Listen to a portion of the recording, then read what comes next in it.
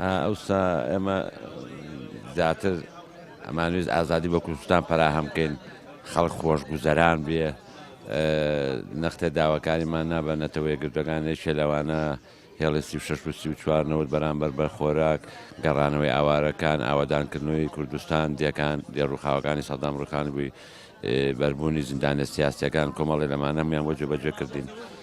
بەڵام بەداخەوە ئێستا بۆچی مارمانگرت و بۆچی خۆ پیشاندانەکەین بۆ ئەوەمان نەکردنەوە یەک ئەمە بێنێتە بەرهەم.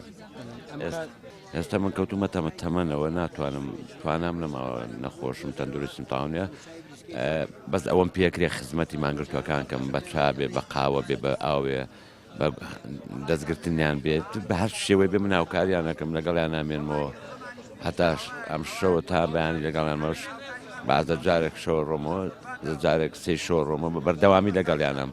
ینی لە سەرەتای بەیانیەوە لێرەی هەتاوەکو شەودرا زار بەچە شوێژ لێرە مەگە تۆزە بۆ ئیستراحەت بڕۆمەژنا وازم لە ئیشەکەی خۆمێناوە ئیشمەیە وازم لەوە بێناوە. ئەوسا چەند کەس بوون کامانتانکردنەوە یەک چەند ڕۆژ بەردەوام بوو؟ 4 کەس بوون 11 ڕۆژ بەردەوام بوو.